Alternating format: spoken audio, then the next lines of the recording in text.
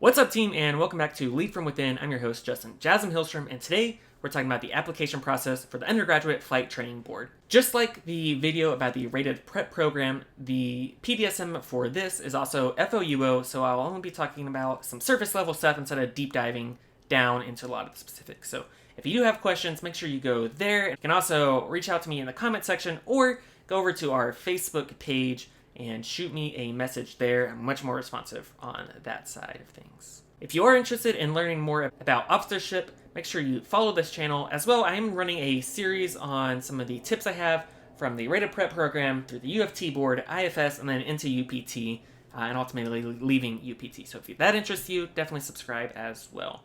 Okay guys, let's get into it. Welcome to Lead From Within, a podcast of one airman reflecting on his time as an aircraft maintenance officer as he gets ready to transition to the pilot community. Here, we take a hard look at what works in the maintenance career field and what areas are sorely in need of improvement. We take a critical approach on what makes a good leader and manager and provide key takeaways for those interested in improving. The views expressed are those of the host and do not reflect the official policy or position of the U.S. Air Force, Department of Defense, or the U.S. government. Now, for this board, you do have until the 5th of October to get your application in. And there's quite a bit of work to do for this application, so make sure you start working early, and we'll get into the specifics of the application in a second, as well as showing you what my application looked like. If you're not aware, the Undergraduate Flight Training Board meets to select candidates for undergraduate pilot training, UPT, the undergraduate remotely piloted aircraft training, the URT, undergraduate combat systems officers training, the UCT, and undergraduate air battle manager training, or UABMT.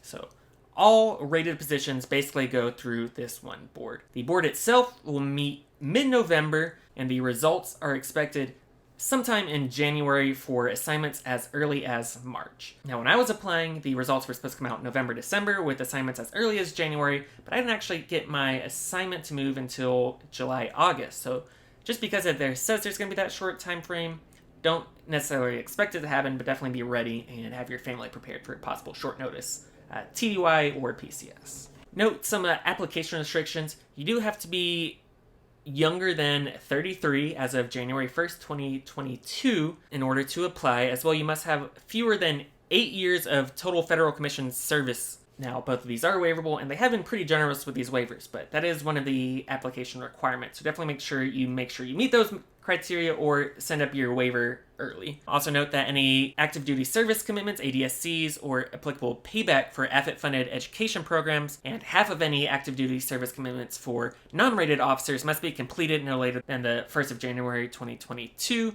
and anyone who has declined the Undergraduate Flight Training Board recommendations for UPT, NJEPT, UCT, URT, or UABMT, or any equivalent training after being selected may not apply again for this board. Note that when I was applying, it said if you had declined pilot training or rated training at all, you weren't able to submit. So it does say reach out to your assignment team to see if you are eligible. As most of you know, I did turn down my pilot training slot from the academy. However, my AFPC assignment team did not have any record of that, so they said I was still eligible. Now to talk about the application itself. And the application consists of a Air Force Form 215, which is the Aircrew Training Candidate Data Summary, a letter of recommendation, a personal letter, and then 2 forms if you're already a rated officer. Additionally, if you have a private pilot certificate, you need to submit that. You need to submit a certified physical that has to get certified by the AETC Surgeon General, and then any waivers or exceptions to policies need to be submitted, and there is an extension for certain force development exception to policies, which is before the 5th of November, so before the board convenes, as well as any updates to your application, or you can submit up until that point. And I'll show you what my update package look like. And then last, you need to submit a active duty service commitment statement that says basically you'll accept any active duty service commitment that comes along with the training that you are selected for. So for pilots, as an example, 10 years after you graduate UPT is your active duty service commitment that you incur. Now to look at my package, so to speak. So it starts off with the 215, which is pretty straightforward. Fill out some personal data and rate your preference of training. Now I put UPT UCT, URT, and then UABMT. If I would have done that again, I may have put the URT number 1 or number 2. And I think that is the way the Air Force is going. Definitely going to start leaning more heavily on RPAs. It does ask for some academic information, so I put on there, I have my MBA. Ask your fitness score, which, this is one of the only times I didn't get 100, so don't judge me, my 99.2. And then your AFOQT data and your PICSM score. Now, if you watch the RPP video, again, linked if I can, you know that my pilot jumped from 84 to 99, and then my PICSM jumped from 44 to 67. And we'll look at how competitive those are in just one second, but that's definitely one of the biggest advantages that I had of going to the RPP, the Rated Prep program. I'm going to ask if you have any logged flight time or a civilian license of any kind, if you've flown for the military at all, so if you're CISO or any of those kind of things. And then just a couple of things for the commander and senior rater to put. Basically, I treated this as a promotion recommendation form or promotion or retention form. One of the things that you used to have to do is go to major and then lieutenant colonel. So basically just a couple of quick, hard-hitting bullets. They only get 3 bullets respectively. So just something that highlights how good you are and how unique you are. And you definitely have a lot more opportunity in the letter of recommendation and personal letters to continue talking about those kind of things. And note that they strat you, and it's important to let your commanders know that it's not just if you're applying for UPT, strat me against everyone applying for UPT. It's strat me against everyone that's going to this UFT board. So anyone that's applying for CISO, RPA, UABMT, all need to be stratted against each other. And it used to be that you had to be the number 1 from your wing to really be considered. And you'll see in my case, as we scroll down here, I was number 3 in the wing. And to be honest with you, I was really pissed off about that, and I'll show you why in just a second. But from my experience and from other people's experience, you no longer have to be the number 1 strat from your wing. So if you don't get as high as you wanted, it's okay to be disappointed, but take that with a grain of salt. It's no longer one of the main deciders for this board. At least it doesn't seem so. And then moving on from the 215 to the letter of recommendation. Mine was done by my group commander. The wing commander decided he didn't want to do it, even though he's the one that strats us. So went ahead, typed up a draft letter of recommendation, sent that up the chain to have the group commander sign it. And in this letter, and then in your personal letter as well, one of the big things that you need to do is show how you're going to benefit the Air Force if you're selected as a pilot. And a lot of people tend to say, like, hey, let me explain how good I am. Let me explain why it's going to be good for me to be a pilot. Let me have the commander explain why it's going to be good for me to be a pilot. And really what the Air Force wants to see is, how are you going to take whatever skills, whatever lessons, your motivation, how are you going to make that better? How are you going to make the Air Force better, the pilot community better? So instead of, I've always wanted to be a pilot and I'm going to be good, say, okay, well, I've always wanted to be a pilot, and because of that, I've done this, this, and this, and I know this, this, and this, and I think I'll be a uniquely qualified candidate. So for my letter of recommendation, they mentioned that I'm a AMOS graduate, which is like the Maintenance, Munitions, Logistics, Weapons School, and I've developed multiple TTPs, tactics, techniques, and procedures for the maintenance community and the F-35 community, and a lot of my, this is like, my innovation led to this and this award, and you can see on the screen what exactly it says, but don't want to go into it. But really saying, like, hey, you've had this success, and that's how it's going to translate into pilot, and not, this is the success you had, and this is why it's going to be good for you, if that makes sense. So then again, personal letter up here on the screen, you can see, okay, this is why I think I'm going to be uniquely suited to be a pilot. I wanted to be a combat rescue officer for a long time, and then I realized that it wasn't going to happen, so I want to bring all of my skill set and my motivation and drive for leading others, helping others, aiding the injured, and bring that into the pilot community. And then I talked a little bit about my maintenance officer experience and all the leadership lessons I've learned and how I'm going to bring that into the maintenance community and how I'm going to continue my drive and my passion for developing others, which YouTube channel, right? And then it does say, if you're applying for a UPT, to put on the letter your list of preferences. So I put on there Shepherd for NJEP, Laughlin, Vance, and then Columbus. And I didn't get picked up for NJEP. but I did get my number one non-NJEP base of Laughlin. And then again, just looking up here, my updated application is basically just submitting an MFR up to the selection board. And you can see I raised my total hours to 7.9, my AFOQT to 99, and then Pixum to 67. And then the substantiation is attached. And you can see there is a little bit of a mismatch between the TBAS screen where it shows I have 10 hours and my log that shows I have 7.9. And again, if you go back to the RPP video, I mentioned that we were allowed to include 2.5 hours from that FAA approved simulator that was at the RPP facility. So that's why my Pixum score was slightly higher than my actual flight hours. And again, noting I was 0.1 hour off from reaching this next level that would have bumped my score up to a 71 instead of a 67. So as much as possible, definitely make sure you hit, that 10.5 to get you into the next bracket. So if you're that close, have your certifier just push you over that next level if they can. And if they legitimately can, obviously. Looking at some statistics from previous boards, you can see the year I went through here. FY20, there were 62 selects for pilot. The average Pixum score was 85, the median was 86, and the high was 99. The low was 63, so I'm just slightly above that.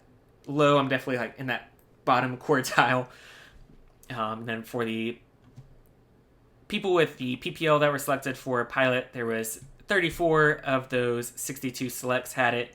The FOQT average was 94, and then the FOQT median was 96. And again, my 99 was definitely what bumped me in that correct direction from the bottom of the Pixum, but definitely a higher AFOQT. And pretty similar the year after I went through, 85 Pixum average, 88 median, 99 high. 50 was the low, so again, they are looking at that whole person concept. 26 of the 41 selected had their PPL, and then the AFOQT average and medium were 92 and 93 respectively. And then just a little insight that I have, because I was part of that pilot prep program, we were able to talk to others and compare our scores. And I really want to emphasize, differentiating yourself in the whole airman, the whole person concept. Because again, my scores were pretty mediocre, but I was still selected, and I believe that's because of my whole airman concept, my whole package, so to speak. So from November of 2019, this is for the FY20 board, this person was offered a CISO slot with a 75 Pixum and a 97 AFOQT pilot. This person was selected with a 97 AFOQT, 91 Pixum, and 21 hours, which I think is a pretty impressive score for that amount of hours. Yeah, so with 21 hours, I would have only been at 75, so that person definitely very highly qualified. Number 2 pick CISO had a 94 AFOQT and a 70 Pixum. This person also CISO, 72 AFOQT, 66 Pixum. CISO, 97 pilot AFOQT and 84 Pixum. Then ABM, but that was the only thing they were medically qualified for, 97 AFOQT, 70 Pixum. CISO 86 AFOQT, 55 Pixum. UBT 98 FOQT, 81 Pixum with 12 hours, which, again, holy shit, how impressive is that? Pixum score with only 12 hours definitely did way better on the TBAS than I did, apparently. And then for the 21 board that just met, RPA with a 94 Pixum, 97 pilot, and 81 hours. Jesus. RPA with 89 Pixum, 94 pilot, 81 hours. Wow. Also the second application. And then another person said, I've talked to a lot of people at the UFT, and pretty much to even be considered, you have to have a PPL, which we've already seen, less than half or right around half the people actually have their PPL, which means about half don't have it. So that's not necessarily a deciding factor. And then one person put on there, and I really liked it. As far as the application, I would use the total airman concept. Awards, strats, recommendations go a long way for these boards besides the specific score. Definitely a whole airman concept approach to this board. And I actually have a old brief about the board, and you can see they score basically like any other board you go to. So they score on a 6 to 10 scale, from 6 being below average to 10 being absolutely superior. They look at the normal splits, tides, and results, and this is on the screen if you want to look at it. It's normal for pretty much any board you go to. And they look at the 215, which we've already walked through, letter of recommendation, personal letters, serfs, OPRs, training reports, and decorations. And you can see here the candidate record, again, looks like a normal board. They look at your unmasked surf, your ROP, which I don't remember what that stands for, but that's basically all of your OPRs, decks, training reports.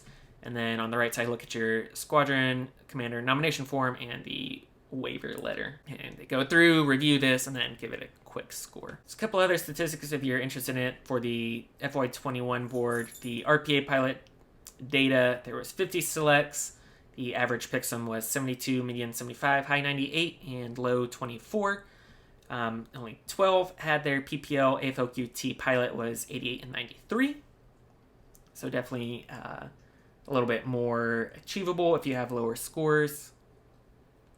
CISO data, picksum average was 80, median was 82, and the high was 90. And then the picksum low was 62. They don't show the data for the AFOQT pilot, which it's interesting they don't show like the AFOQT CISO score since that's also on there. And then the ABM picksum average 53, medium 57, high was 93. The picksum low was 20. So again, definitely be realistic with yourself about what you're most competitive for. But if you think you have a whole airman concept that's going to push you over and your scores aren't going to be the only deciding factor, definitely apply for what you want. Or don't apply and try to get a little bit more competitive and then apply again in future years. As I mentioned, I didn't get the strat I wanted from the wing, and that really bummed me out. I actually got the strat Excel sheet that they used to decide who was there, which kind of made me more frustrated, so I am kind of bummed that I did get it. But it does highlight a couple things that I wanted to point out. You can see it was basically broken down by if we completed our developmental education, if we have a master's, if we've been in a joint position, our AFOQT and PIXM, our fitness scores, if we had a private pilots, the number of military flight hours that anyone had, and then if they were a patch or not, and then what they were nominated for. It goes to the group commanders' comments, and then the wing deputies' recommendation, and then the wing commanders' final push. So you can see here, in a lot of areas, I felt like I was more qualified. So, personal bias, but as a OIC of an aircraft maintenance unit, especially of the unit that I was at, where I was actually more than just an OIC, definitely felt that should have made me more competitive. They had my duty AFSC wrong because I am a patch. They said that I wasn't a patch, which I've mentioned multiple times before. Pilots don't necessarily look at patches the same way if they're not fighter pilot patches, especially being an AMOS patch instead of a WIC patch. I do think there was malicious intent with this, is what I'm saying. And that's kind of a common cultural theme that I've seen in the Air Force. I do have my DE completed. I do have a master's done. My fitness was higher than everyone's. So really the differentiators here was my PIXM score and my AFOQT, which again, if they were going off AFOQT, I would have had the highest one based off the update, which they didn't wait on. And then the PIXM would have been, again, higher than number 2's. What looks like the differentiation here was the private pilot license, and then the number 1 pick, and then the military flight hours of the number 2 pick. And that looks to be the 2 criteria that was used for the stratification process. So I don't know why they had all these other things on there if they weren't going to use them. And again, that's kind of why I was frustrated. Like, okay, if I would have only known, okay, private pilot and, PIXM or private pilot and flight hours, okay, cool, that makes sense. But knowing that they looked at all this stuff and that they shorted me on being not being a patch, this kind of where I got frustrated. I did get my revenge in the end. Everyone had applied for the UPT board, but I was the only one picked up out of all of these nominees for UPT. So, sorry guys if you didn't get it, but also, fuck you for not considering me a patch. Now, I've had a lot of questions about how to better prepare for this board, and if you can't tell, my big takeaways are increase your PIXM score as much as possible and really focus on that AFOQT pilot score. The rated prep program is what increased both of those for me, both through flight hours and through increasing my AFOQT. I think the TBAS changed my total PIXM by like 1 point when I retook it, but the FOQT was greatly improved by having the online ground school that the Air Force paid for through the rated prep program. And I did that through Gleam Aviation. I believe that was around $150, and I'll link that below. I also have a lot of friends that use the Sporties online ground school. That runs about $250, and I think it's a little bit more in depth. So if you do think you're willing to spend a little bit more money, you can go that route. But Gleam obviously helped me out quite a bit. For the TBAS, the only thing you can really prep for, and obviously I'm not allowed to talk that much about the test itself, basically there are some multitasking activities where you have to track target with a rudder and with a control stick. So if you have any simulator or a friend has some kind of simulator, that's a good way to practice that. And otherwise there's multitasking where you have to like math problems while this is going on and this is going on and click this button at certain times and listen to a radio, which I think you could probably get used to if you have flight hours, which again would also increase your Pixman score.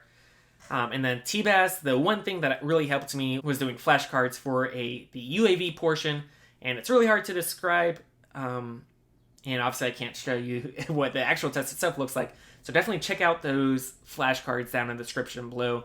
I believe I got perfect on that portion of the test every time I took it, so those flashcards really helped me out quite a bit. If you have any other questions about the board, definitely reach out to me either via comments or via my Facebook page, which is linked down below as well. And subscribe if you're interested in learning more about IFT, UPT, or officer leadership in general. As always, I'll leave you with my 6 idioms of leadership and life. Don't suck, don't be a dick, do your fucking job, there are no bad teams, only bad leaders, establish dominance, and no success compensates for failure. Thanks guys, take care. Thank you for listening to Lead From Within. The views expressed are those of the host and do not reflect the official policy or position of the U.S. Air Force, Department of Defense, or the U.S. government. Mention of any specific commercial products, process, or service by trade name, trademark, manufacturer, or otherwise does not necessarily constitute or imply its endorsement, recommendation, or favoring by the United States government. The views and opinions of the authors expressed herein do not state or reflect those of the United States government and shall not be used for advertising or product endorsement purposes. Licensing and attribution of the music played in the podcast can be found in the show's description. Like for Kobe. How you're going to benefit the Air Force